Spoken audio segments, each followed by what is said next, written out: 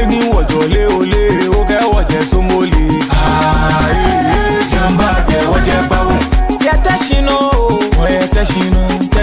yeteshino, abo we yeteshino. Yo, nana son là, abladi abi blue. Yo, nana son là, abladi abi blue ni kami yobe o machi TV no le mene ashi jufo ni ma jufo na ma jufo ken club anwo shida wo kan feche ma we wen bolo ke shikman bolo ade bo anu ncho mo ni bo ade saka samantan aka me jale akelele fi odo mo ne ke mene bi papa gbine esa eke wo eko la je men fe men ji men ni men na le ne ke me pi ke baba o ji men men wo ke te sa amle pi ke baba o ji men men ke ji achi ameta amno na me be wo ti amle la me ye kwa me o ya wo pe ko se be kuku obi o ba ton mo ame nso le mo ke fa kan pe ji aka feche ma we na mo bo ne o ala be mi wo chunu chunu pa ni se yen boni afe ni ye ni eto bi papa ye ne ke wo hu afata ish come kon ode bi ni ama wo wan rasta to gbonyo ni se kakla gbe yi nke wa ke china kuto ka gbe nyawo kokoko na ka no mamba dwa o chami emutue nyeme be ngmen ode bi ni ama wo wan rasta nke nye ba ya teshini amli nke mini won ya teshini amli no obo mode ka ju ka mi ye bi ye o machiti no nyemi kwa che nyemi ko chamo kwa fato yo tv eja ka mi tam bitasho nu kwa fensa na ke lala mo fi amo ya yue mo mo fi amo ya restriction ne ke bia mi ne hye afi kuma bia mi momo sa no ni kashie na ata ami koi lu e ba le tin na ke ko nwo da cheme ke nyeme ne gbe ka dan we shi ni edu ma no hye o de bi na ma one rasta ma ne hya mo fi amo ne ba hya bonafi gadan gbe no ya kehwele mo page no ni tawo njamlan ke bo de bi na ma wa rasta to gbonu ni se kakla gbeye bi ne do gbele ele kolebu ni wonu pa mi yejora ma ba shiro kejinya yejora ni ba no ni etenu yeteshin aloro ni ya no yeteshin no de bi na ma wa rasta egun na ni kenkwe na ke edin ekenu akehwele mo ba teshin ngwa ba hwe manja no ni ka chi anya kwa ni ama yajara mo ba shilaw imbetwa ni ma ba shilaw ni ama yajara ba.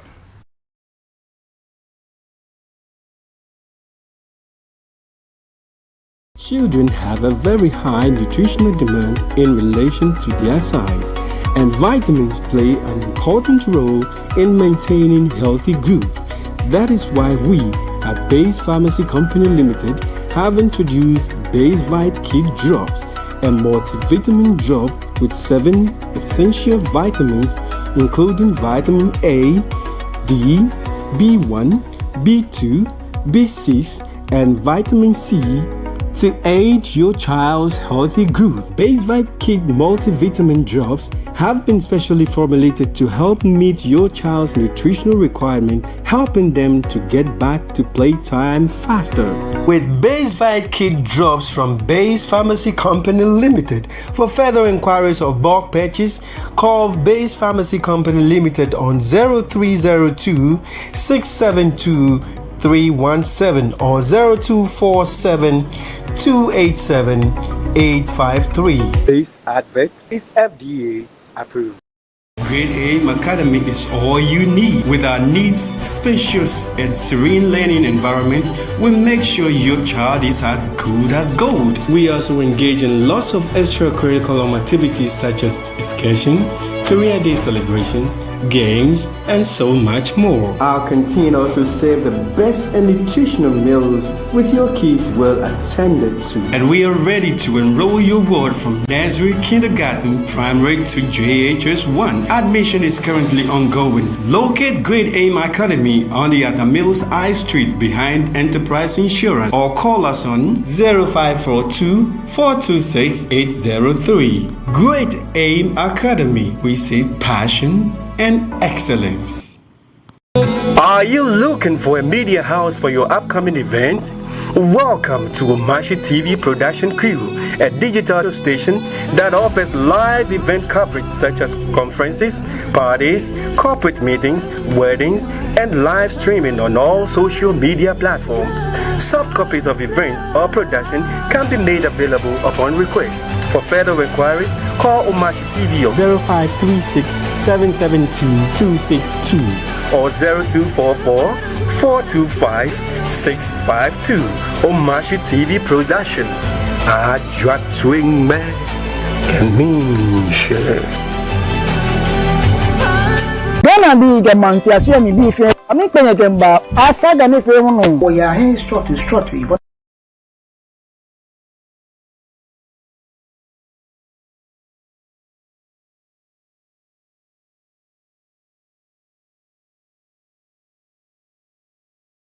Yo, non ne me son la blare a Bible ni kami yo be o machi TV no mara nyen shaka nyen na ne wo twenye memi o debi na ma wa start to gbonyo ni sheka klagbe yi ya e jaramba shosho ko manye ke shade lala anya me be ka nwene ni fe mo ni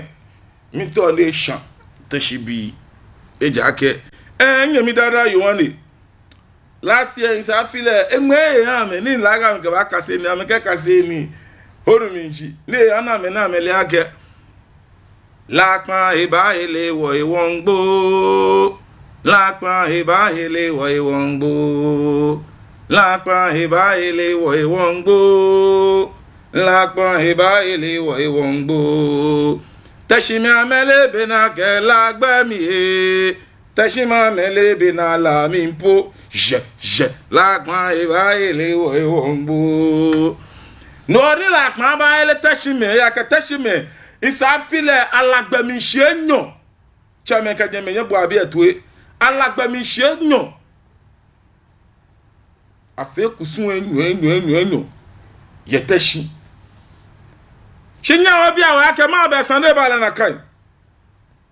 gadangbe awo ya o eneme ni kejin tachi ni dwe awon to mo sha ni yu ake regional house of chiefs isananga na ke kia bon de bi ni ama o rasta ni ma control regional house of chiefs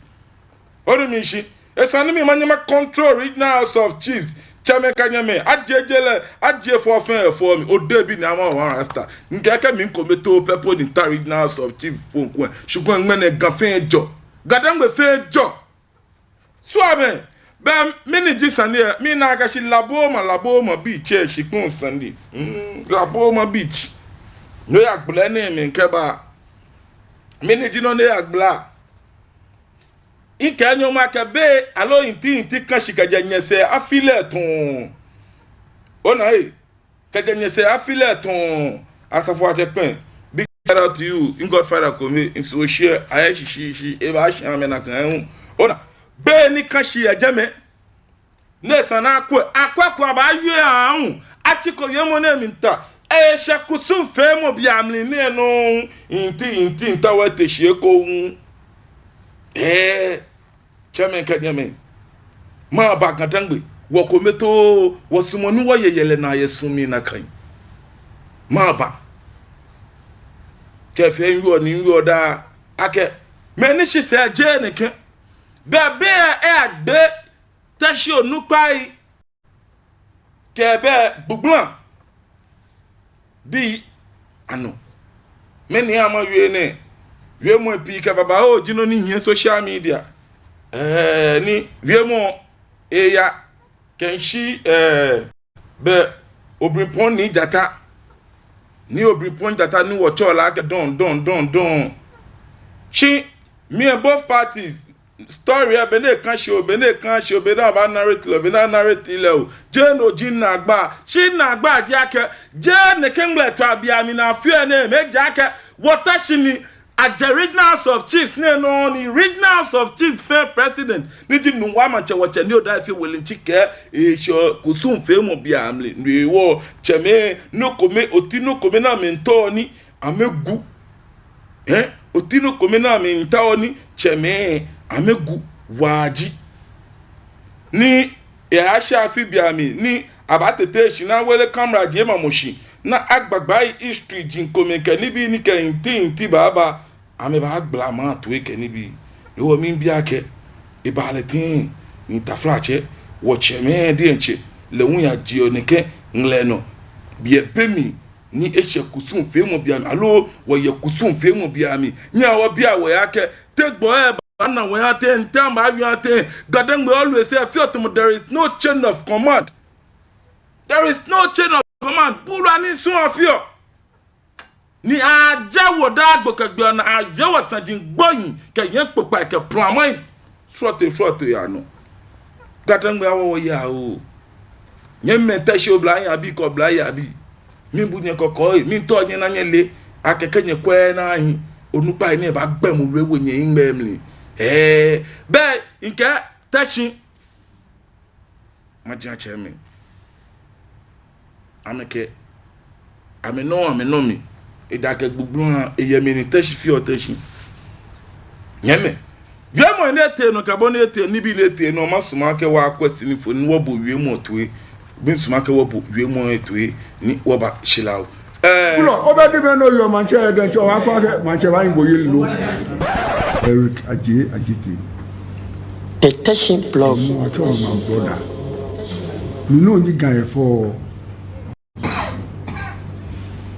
ni we ni shi fu se bi dan nto ma tun ame gbugbu ame gbonu tun na mba ki tashi gbugbu ame na gbugbu abi ni ame nota ni ayi ame no kuni no ame mina ayi ame no kuni ame fa na ame fa nuwa ambato nuwa me ka me nshi awe shegwe nuwa me ka me nya me ka ma nshi do nuwa me shwa ame ni nuwa me shwa ame eni mi fe ba ye buko nshi eni mi fe ba ye oni nija braje jeme fe territory le hu jeme e ba ngomi ye le na ke me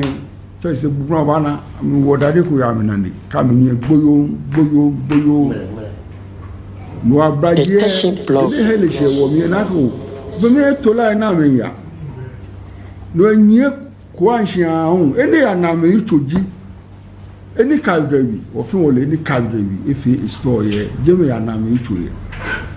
bi amaka nyeme ngbenye ya amaka gbe pele wo anota na ye wono kuni na hwewo mani ko jeno no ba shebi jeme woto sheshe ko amaka mnye amaka wanyishi wo ya efi nu oba na no abraje ji mu ni nyame hi no mi ma agbawe ma ye show ito kaite mami neche manche manka lo sikiteri rom na me ni gbe pele ami alaka o bebunu nko ka me ba to mo eko o ha no gbugbu ame ni gi gbugbu ame cheme na me ko o te shi jagbawe mi lele gbugbu ame ko be na agba sheshe ko ame wo ame no mo ni ame hu ka frache ame ye wale no wo ishebe ko shikon e premo husu e premo ba le balage sanaya court mato donko ni chenche ni wolile wo pe agbawe ni mato donko ke o gbugbu ame wo cheme di agbawe ni wo kanoko e amno chuchi na fele blow amaya nu shishi na me samawo sute moniji ame yusu ke samaji ni akwete mate leji first plaintiff shina sute ya no akwete mate bagbo na sotutu leke ni mama labi na kantam no awo neke atofuche ne ndi mato donc binu atofuche chame ke am hela me womi wo ni mama labi ni ji malema le ji wona me ka do musute na shi wo ye sane ke she ko mato donc binu wona ke le ji atofuche no wo nke okoni tashi ni wo fe research wona ke no gbugbo me mona me ke ba kote ake le jam head of family ndi ni mama labi ni ji malema je le jam head of family shi mato donko ibinu le ji head of family no wa challenge wo work out no wa challenge capacity na throw ni mama labi award le cost 60 million but then no ni mama labi le gbo wo ke wo agbo egboyun handcuff lord wo elo lord ne le ba power lord jumo ni ba power ke se power ni juma le ma ni wo shina kan shika no na anagwe na ge fule no no challenge capacity ba mama to don ko bile ke ba ake sane na yo ake legimoni e ba nye ne yi sane na mama le ke ba mene moni fuse bi dan e ke hati ha le ne fuse bi dan e ke le hati ha atofoche mi chale don dan le na chole fuse bi dan no na amo le ke ba mone ke hati ha le ne na amo le ke ba ni ba chasa ne no Sunday na year wo agba wo me wo tender wo registered documents. Lenshin tender registered documents. Ami hu document na me gaba me ke edi plan. Edi plan ko to ke e wo mi. Eja ke composite plan ko to ke le gbonu ba tun. Eja ke me nyu pele shikon here. Ni me ne ke plan ba me ne ke plan ba. Na kwe ke overlap ye mi. Na ka no no jina to le edi plan. Ni ko to ke order go. No case a dismiss me. Na ke wa gba omi plan ni wọ́n submit karo judgment ni wọ́n so wa enjoy oshpon lenshin a enjoy am oshpon no ndanga case mi etu ake gbugbu am be shipon ye teshi gbugbu am be shipon ye teshi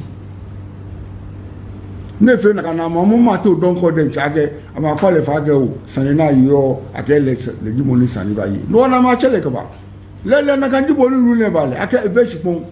no no tashi ne fuse bi dan ṣùgbọ́n di ne du ọ ne hàn fin. Yo no wana ne me Ablade Abi blue mi hàn mi ya kanye te nya no akwesi ni fo ne bo wie mo mlintwe ni nke ba ke no ni ya no je mokomoko yi shimon tashi onupai ameson ni amenkomo ame shishinu mo e aba ni mi bia ke insa file ni we ahwela nya shi odogba akpata ma bia yin omo wo bia mi ni wo mi bia ke cheme asonye ntashi ni nyekwe na finele un ebal na ken ko lo producer money sande na me yo animals foni aba nkono gbe koni nkwolo ele wana tashi obedie manche ni le no ji akin na to foche nyeme min bi olololo ake gadangbe enu ni ona gadangbe enu ni kaji lele ni woga won to ni gadangbe anya chwele ni gadangbe anya ya no ihe ya ke neke ji bona ke chwele o gadangbe wo chemfo ni ji no ni ona ni wie mo dia insa ne bi mo dia ke wo chamene ni neke wie mo kashi alo neke inti alo dibu ko kashi ke dia che ne ma ba na yue ya agba bi nye ba yue ne keni ne bu akaje ma mu fe po traditional council sem ala fele in the form of letter na serve koni legbomo na ene na ne ma ke ene domo ke bonde sanejale ke bonde sane yale ma ba ni taflache afile na kan shimwe mene komi mene titiri mene fe ne ke baba wele mama jiano ya manjano mi bia ka fi ni egbe mi la atashi me asonye ba yen ba la mi shienyo na gbelegbe mi la shienyo na yo mo shienyo alo tenye ya le nya atin ye mo bo ne tele nya wa abu a shienyo no to ele onu wo ba sha nya wa abu ami nya wa abu ami to yi no to o ke bia ke afine ka ba man na go ba sha ni kaba manjano eja keke bi na baba de ne aya ko gben la lo aya ko ni somu na gbope si onupa ni no fi o ewo kumo ni no musu no ka ba mami won go bo si ka je ngene se o kaba manjana ko ba so ni do ada ke gugno ma me beshipon si numo ma si ko di wo ni fi o forge documents de ke am we documents ko ni ke court no anyo tender against le ṣùgbọ́n kò ní wọ́n play ọbẹ̀ dìbẹ̀ ẹ àfẹ́ òtúànsú wòlò fake lẹ́ṣinmẹ́ tẹ̀ṣẹ́ wò lẹ́ṣinmẹ́ náà ní kàmì tó a ẹ àfẹ́ àmì wòlò fake bí i àní lẹ́ṣinmẹ́ àmì tọ́ọ̀lẹ̀ agbẹ̀nẹ̀ òṣìpẹ́ kò ní wọ́n dẹ́ntì kó àṣẹ lágọ̀ o wọ́n bí ìdìbò wọ́n ṣìpẹ́ ní ẹbá kọ́ súnmọ́ ní wọ́n kí n àbò lẹ́gẹ́ súnmọ́ ẹ àfẹ́ forgery documents ẹ Angelo ẹ àfẹ́ forgery documents alẹ̀ ní wọ́n lẹ́ fúnṣẹ́ bí dáa ṣùgbọ́n yẹn ní ẹ̀ dùọ̀ eja ka me gbugbu na me beshipon gbugbu me beshipon ye eko ona boni ncho no bedi ben de ke yo manche jemi o bedi ben agba mashponi moni to jemi acho la jete jo bedi ben acho jo wu bedi den na wu bedi jo bedi ben wu bedi den agba o me register jemi as far back na this state here o register jemi fe ni jemi de je ka mi o ko asechi me ka mi o shpon wo fi owolo lo jemi de che de te yo manche je bubra mashponi shagba o mashponi no one kele ake efedin ye mami agaga bubra me ame benoko noko eteshi ni gbege bi eni ka tashi le yo wo yin to ke mi de se ni ani na le mi to yin le ake bubra me ame benoko noko eteshi le puse bi dan e benoko noko eteshi e be de wale ko eteshi atofo che de nche ne ke ha ti han le de nche le fo de nche sho ogbe e da ke be mi ni bubra me ka me he la mi wo mi wo te court wo te court no ai ruling wa le dan gbugbu ameke hele wo mi ita ke do mi ameke malema ji atin head wo ife din ke de nwere ke ya ene e first one ni ke lebe le joro koko agbene e ba yin le teshi le jo e yin le teshi le jo o ba pe na agbene won rated fe le la tofoche bo ja tofoche prashi ati de atofoche ati no mojibo fuse bi dan no mojibo bo fuse dan bo nye kema nye gbana na nye teshi ato na nye ba no nye kema atofo na ka atofoche leta media de ya ka atofoche treasure what do you mean ma ato na nye ba tifo ta ke treasure anye teshi treasure wulo mo di teshi treasure but traditional because wulo mo ka ge shika le de ka to wo na o shigbe epono ba ka akọ shinye atofoche na ka atofoche ame metelo manche ke manche ya iko ame telo apagami ni bi ni manche ke wule he no junu na ke ha ame na me people na me ke nyo manche se wo mi to ni fuse bi dan ele na me telo ke nyo manche se cha me be igwe dan ba ka meji ma treasure ni ba tashi ni ba yo aka meji ne meji to be nye fe ma treasure ni bo fuse bi dan ma to don ko denche ebu agba we me ma to don ko te sha e cantonment etumi ni bi fe mi pe ale bi ne le mi ne ka gba wo meji me no le ka meji agba we me le wo che meji ni to wo teshi do ko te cantonment etumi ni bi fe npe ha mi nu tumo pi eye gule ke am denche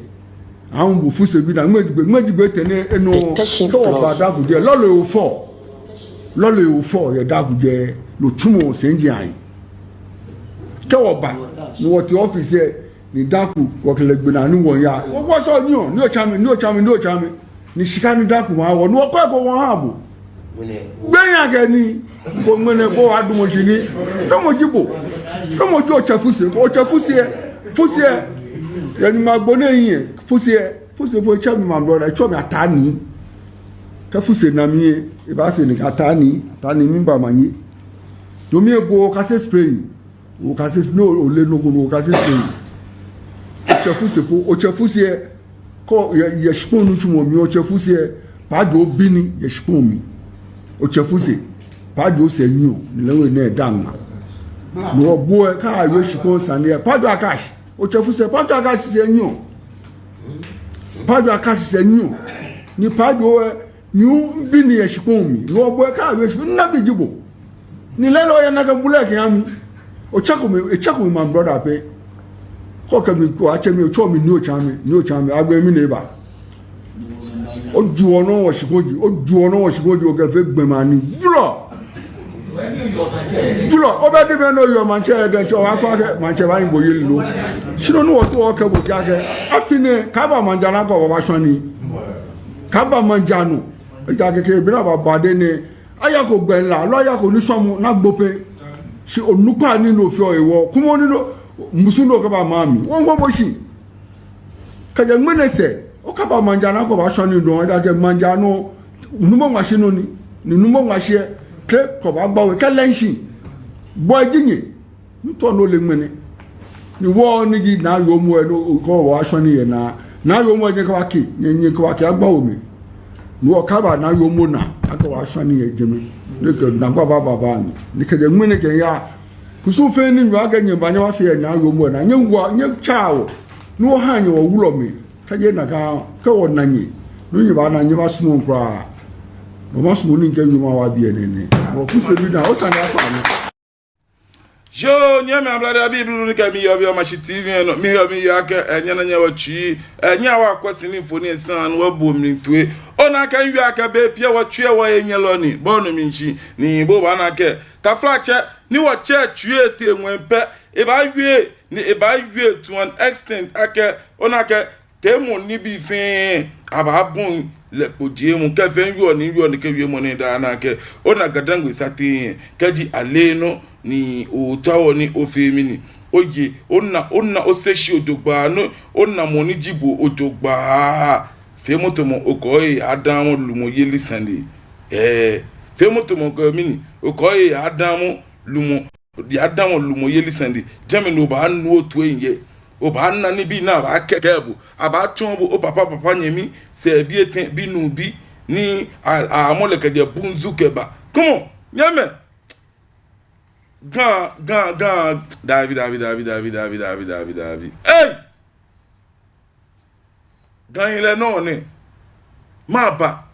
Ni chemenye tachi nye nkwa ni gan fen, gadangwe fen poto, efien no ba share la je, efien no ba share lan cho play. Efien no ba share lan cho play. Awanye ya o. Chemen ka nyeme. Noni ya no tachi nyeme. Mi like tachi bi ka mi yobe o machine no wa lewo no ni yo mi pe di akechi ole matsumo aka magbele phone line say no she message producer anana manche niji don obedie manche ni le esani eba manjano ne alo ni cheme kele ena be shei poni jele mi na yo nko nyake china kutoka yo ni gbe nya wo kokoko yi na wo mo bi ke yin wo bebi ye chame invio da ona wo che lemfoni ji no ni ona producer ame ko komehun ka ja me na lo jogba na me na ke awo ya o wo kometo dani wo gbemene no wo ke me mfewo boy mfewo ne ke boy mfewo ne ke boy fe ne ke ni boy fe ne ke ni wo boy aso amena me ba me ko wa akashi wo hwe wa nyashi wo ha ko na nwo lo mimbi sande mimbi ake aso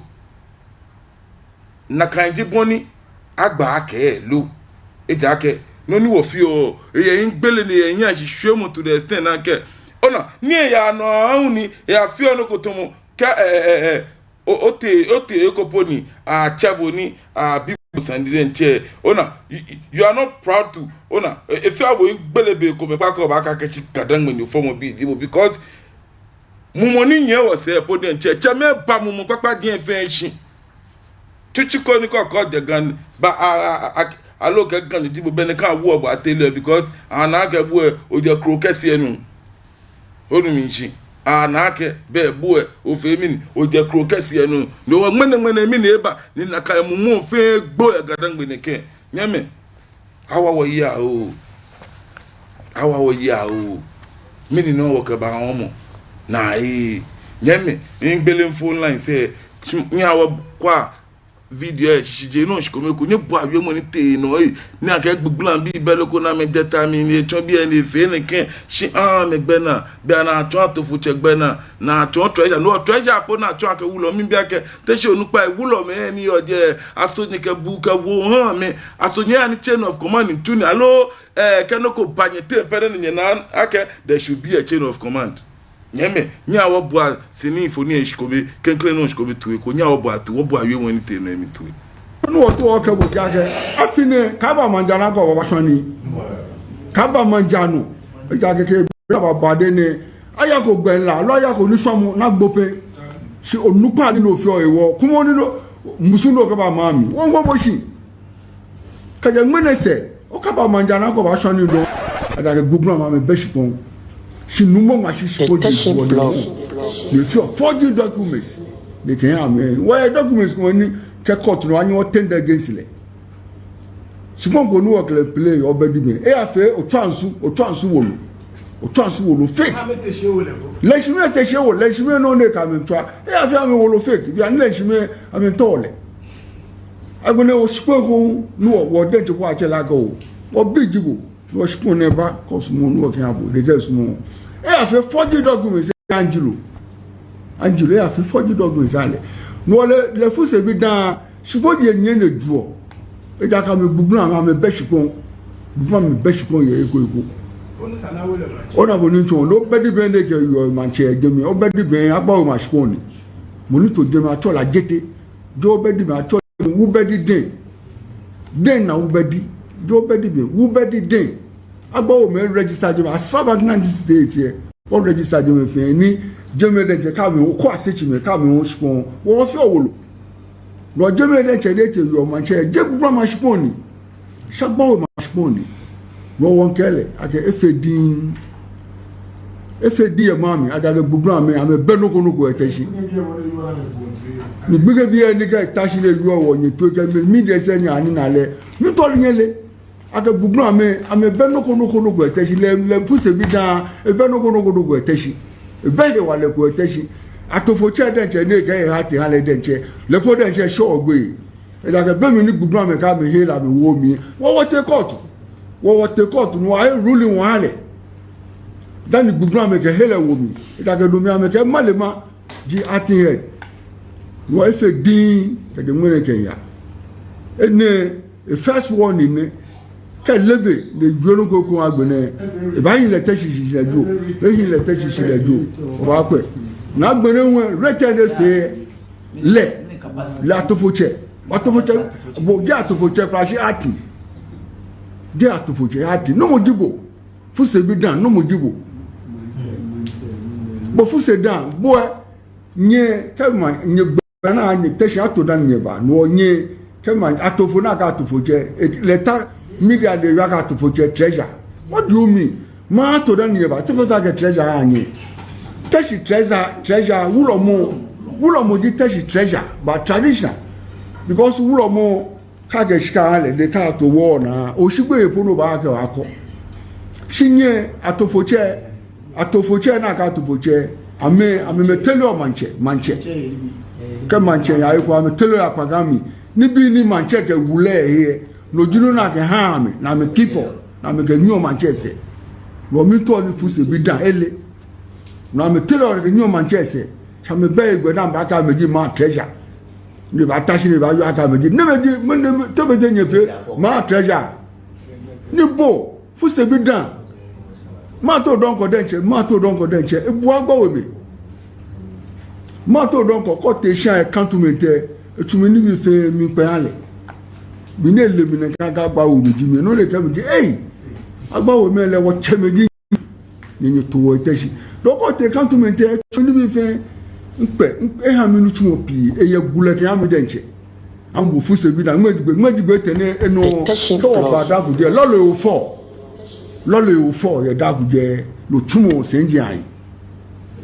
ko ba ni wo ti office ni daku ko kele gbe na ni won ya wo so ni o chami ni shika ni daku ma wo no ko won ha bo gbeyan ke ni ko ngene ko adumo shi ni no mo jibo no mo jo chafuse yani magbone yin fuse bo chami ma lo re chomi atani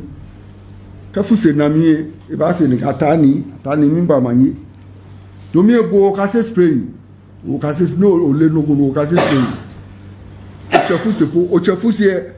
ko ye shpon nu chumo mi o chafuse pa do bini ye shpon mi o chafuse pa do se nyu lewe na danga no boy ka yo shpon sane pa do aka o chafuse pa do aka se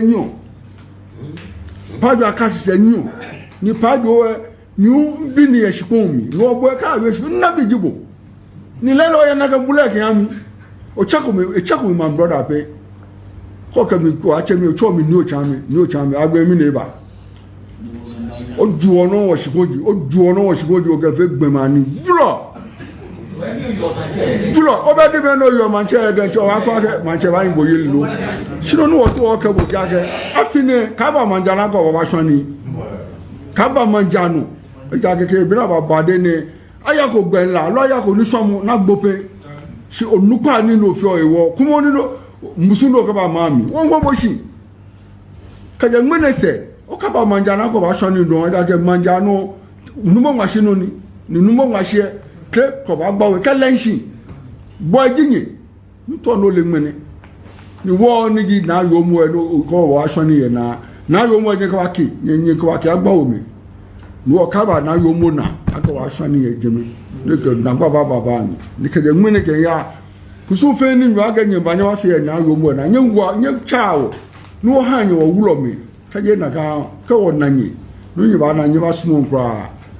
no ma sunu ni ke yu ma wa bi enene mo ku se bi Jo no na me so la Bible ni ka mi yo be o ma shi TV no ma da nye sha ka nye na nye wo twi nye anu akwe sini mfoni bode ncheko okwe wie mo boni ejale ke ni bi ye nyeme insani bi mo di ake mini di bo won ojo mo chomo ki anu ni tawo etehie ngbele mfola mi na ke kola ko eba pa anu e bla bla do fa no gbe ke lo tu akejo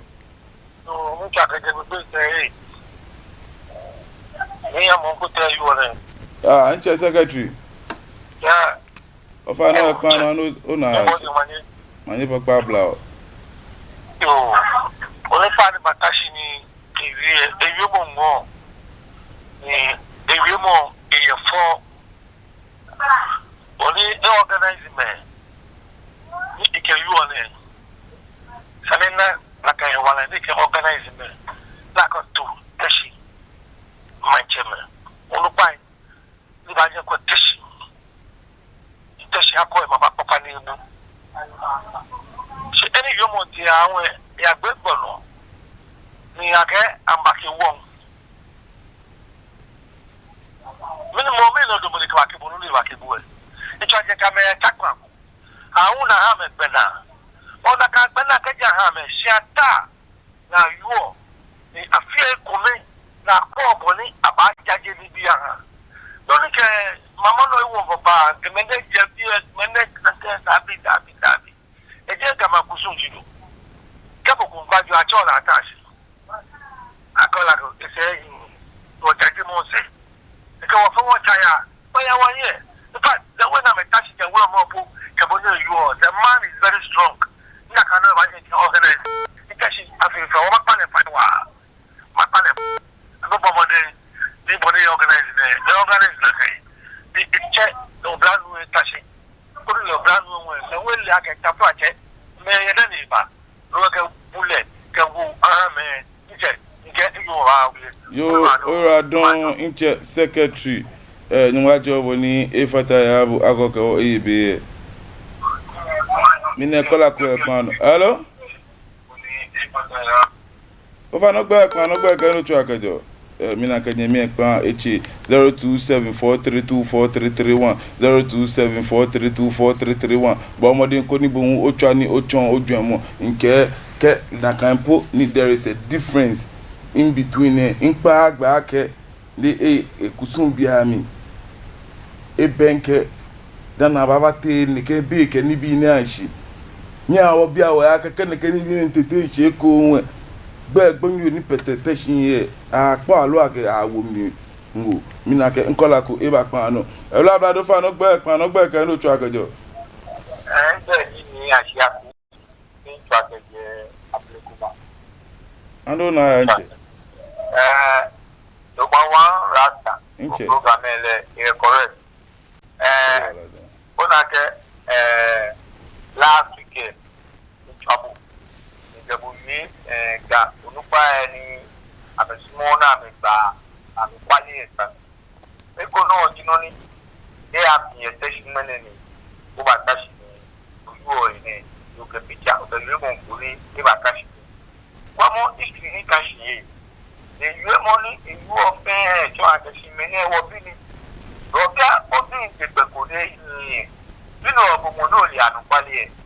kò táwọn ọmọ ẹ̀gbọ́n ní ẹ̀dá láti ní ẹ̀ tẹ́sí nàtò mọ́ wa ti atofuje dani mene eje manje robini na tani e shishe romi me ni tala shi na me ko ne romi ani aso ane de teshindo chame de ane teshin ne ke kusunji ne de no because don't you jeme me kwa be na be kusun wale ape kusumi ye demo chambe kusumi ye teshin na kele ba teshin ma bi ye akeshi amena mo ni ba wa yi na ke ta teshin do bi no jeme ni tashin ye yu agbawo yu le isu yu gbogbo ni ke gbogbo abi e bo ye ni tabi tabla je jeme ha me be na me tashin bo ye na me la ke bo ji ame iwo rabi sumo no piano ka bi ame ka me iwo mi kuna bala ke shi akanya ashwa lo ka me ka me iwo mi a ti mo ame ka mo ame cha me ya bla dia lo bi ana ma ke me ne ke je plema le no ti mo ni tashi bi e do plan to no wo da onu pa e ame ka yu about me ne be ne ke wo ka ba ne ke me ne be ne ke ka ba ne ke aye man se ma aye cheme ka two fashions for be aye me nyo ye bi na ma me nyo me ka me iwo ro ina she abi ti ayu anu pali e ko me le o ye ni ka yi na fi o mo ni fi ronge ana fi o lo amo na kwa ke o anu ronge le bi e bo mo ro be bi ani wo ba ko no tu no ni sa no tu wo ke bo fe ayi bo ko ni ka ti mo chebu because tutu e na kwa ke apa ma china ne ko pa ma jele je iba ke bo ase iku wo mu ro ko fe because ke me kala na wole ro ke ti ni le ni na wole bi lo na kan che ne ase na wole ro bi ane chumi sani na ke ba kuna na juo ake ti ke ba pe patu ma bini aluto wo wala bi ni otinto ba jake na shule shiami na bo te ni an na kwa aluto wo ko ti gba na ke sho aluto wo ti ko mele ina tani iwu ya ni gbogbo aya mo gbogbo ya mo ro to got everything short ni the payment down in the book ni balaka ti cost na be o ra gbonu akebe aluto otinto ba wo la da aluto wo so ni tuni ni be bia be ni aya da si be ni aluto wo trend kana ko de atu oni le ta pe ti na pe oni le ti ti en tu gbogbo e ko me ni sha me no ame no shi me toni wa la ke ti na do na na mo de mo ni tu o le ti ti do ba na ke o be ti ti kan bi de me just join them oni no ni na pe ni shi ajo ni bla kun do yo na me wo be to ele wo ko ake jo wo ni mo shi ame hani kadi ake bu ole ake bi ose ake ni mabu oni chene ni ba na me ba ba to ma de oni wo ko ile ni ba ka de ye wo na ge o ni ba to ma papa bi ni ma de ya ni jo yen ni lo ka ja ni ni no ni ma le wo ni no ni yi no de ke ni bi ni lo ku wa me ta shi amo na me da ma na me shi na me ya ta no ma ya ba yo inche oyiwara don lele ake esani cheme amekwe ni amejaje shian ejake shian fin toton yeme shian fin toton ni mi wie ni mi yen kan no mi wie da ake bia na ani lumoyeli ona lumoyeli fe to mon to conclo onu mi ji lumoyeli afin fe to mon to conclo to mo shamo ni nokoko ni mo fian mo ni ba te shin ke le won efe mi ni ewie no le tuisimo alo efe no le tuisimo shi nyeme ni awo bia wa ake ke bale na kan wote alo wo ba komo ngwe na ba chomoko na se e sha lo le na eyin ma se na ki ole loko ke be ba ene me fin excuse me to say jomo be eyan ona esani se ko nu woche me ni di choku na ta lo se ko ni esani wo to wie mo ko me wa me na alo wo jaji ame ya me wie mo ami titiri wo nyen me blog ese ina ke kola ko e ba kan no e la ba do fa no gbe kan no gbe ke nu chu agejo o fa ni Aw, me pay one sem. Me tell you the person. Ano na nche. Ode bi nyama ranta. Nche. Ma job e na ni. Aba mi, ne job. So, ka aka no ta. Aba. It's actually we don't work for quality of our we pay man. You can go back to the you what you see what to kuku. Ele mo go anya aba. You can go back to 20 minutes, 10 minutes here for the ya palo. And then the next other collapse. The next time care have been program from Nyabita. We pass by. You can get what looks to carry. You pass by. When you will get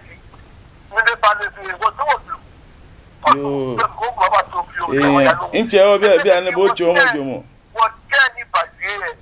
You buy. You take me last year. Make your happiness. That was the same rule. You go last year was not fast. You can be near. But you make it. Message. But you message. If you don't want to follow me, then you know you can. You can look. Hey, come over here down. Me, none of you are me back.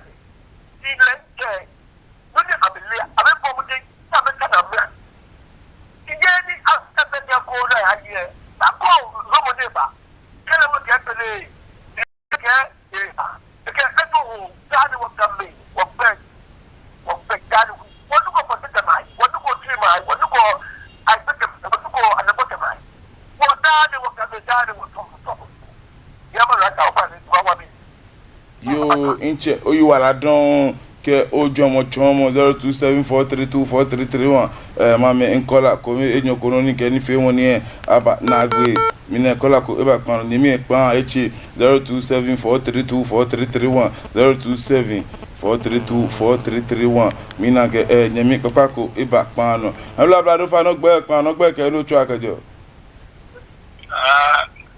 me track je na yo mi ya ke sin ime mi na yo atobulumo sa ke sin o bi o shudu ba ya ke kameke e udon ti yo la ba ni o lu no ba te la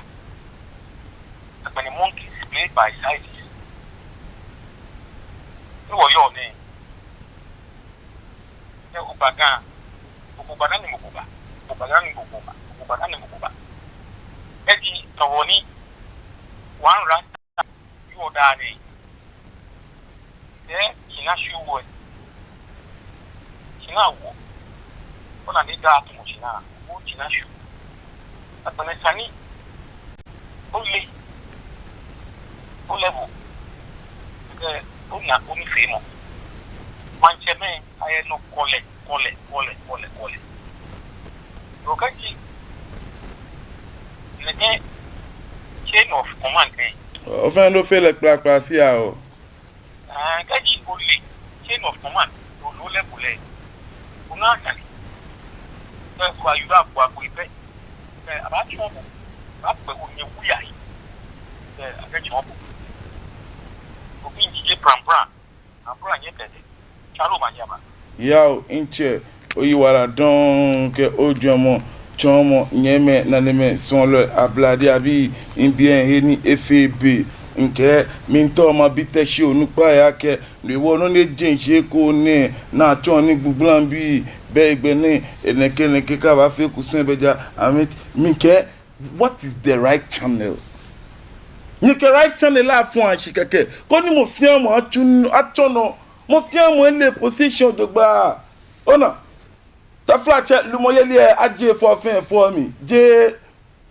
koda ni tun ako oyejo mo dabi je mo fian mo ni dan ni ojo mo chemeke jeme ona eni o ma no ese o esani wa kwa bon ni wo ba fe ni gadangbe ba anye ko e mama papa ni ebu boni ajewo ifachon da ne gadangbe da na yen wo sajike yen pepe ke plan ma no mene neke wo se neke wo hey wo se kai min awa wa ya ho min no iwo pelio wo dente wo chomo yen lo kian wo yi ona imbie ne febe ni ma shibo ma ama bo scenario simple ne kwa mo mi nkebo kamoko onu minchi alo ani ke wa bi ni afi example abo ake imagine wa kashi wo fe wo ka won to ni ona enyawo personal interest mi wo yen mo mi ni wo yen mene be fine cheke fan bi eyo mene o eke mene be fine cheke fan bi eyo mene o ke mene be fine cheke fan bi eyo mene o ke mene be fine cheke fan bi eyo nla eke mene be fine cheke fan bi eyo na me fan me ku ko memi nbedi mene eche mene nbia na ando aka nye solia nye wokola nye fe nye baso mo ona na aka nye solia ni mwenla aba shame fe men sumuni sana alo meni kenye ye alo meni kenye hina nyemi nyenu nyeyo ko bon solemu no bon solemu ni nwe nye fe nye mwenla dien plecation check ni be ba shame akanya temo ko ba de ko so mo tuem mimbi dabi akanya temo ko ba de ko so le mo tuem nye temo ko je ko so le mo tuem e ja ka bono yan mono beno osu aka ka moko ya gbu fulo bon cham ko nchwa ko ya gbu fulo le na kan mo de cham ko ndun na kan jele mi gbomo nyemi di gbomo si gbomo fi agbomo ni fon ni gbomo ejo gbomo yi gbomo nja gbenu ne ja fin gbomo yin kan ni gbomo nja e ja ke gbomo dwen nyemi gbomo adisan yi shona esan ni gbomo ana le ake bo fi abo ni gbomo oji o han o ye ko ya nyeme nandeme sonlo ablade abi lele imbe emo le febe chinga woni yo ke han tashi onu pai ke tashi maji ache me fen ja ke ta flache ni yen koko ke ode bi ni ama awo wan rasta nke mi patashi maji ache me fen fai choku na atalo fen ni yo tashi mi panye fai cheme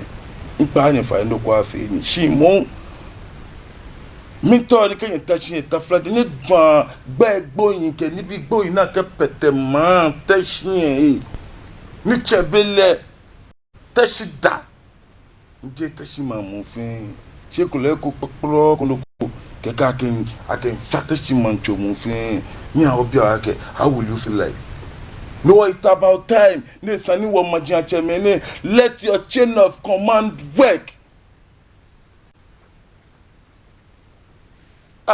Saji come yani aye time na ke you ke time na ke you because can ke bia mi na baba raising the issues be issues ke mo kwa ko ba twani yen ke ni etebe efe ne ke enne me fe no be twomo na twola se na gbogbo e apako sani ololo kaje labo ma so sadi ni bane kun anyami ahun na ka boto mo sani mini buru asande ni ho chame agbene nye hwe wo yan shi chon wo nye hwe wo yan shi serious nye hwe wo yan shi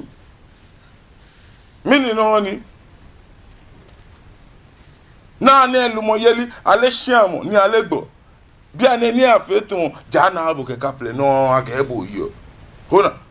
ni ka mo ma ke lumo yeli enu wo na bi ane etu amale kutun poke layan hihwe mo ni mo ko e ka mo ko kra ke fon mo meni ewo e ta ke chin se tamo na no chinset mona no shika chinset tamo na no e balete ni manchame come banye ameka woku chomu shikon fe alo afo woku shikon pleche na ka chake 4x4 dinke se lasun ni aka chake 4x4 ke se lasun nya obi aka wote alo ba nyeme naneme sonlo ablade abi blibun kemi yobe ma chiti no mara nye shaka nyana ne otui nyemmemi nyekemi eyebe efe meni twa meni nya twa minda mofia moshi kadi gbagbe wo ni ekewala ya ke wo so lehun be ekoni shiyeje no CEO ke success chinos mini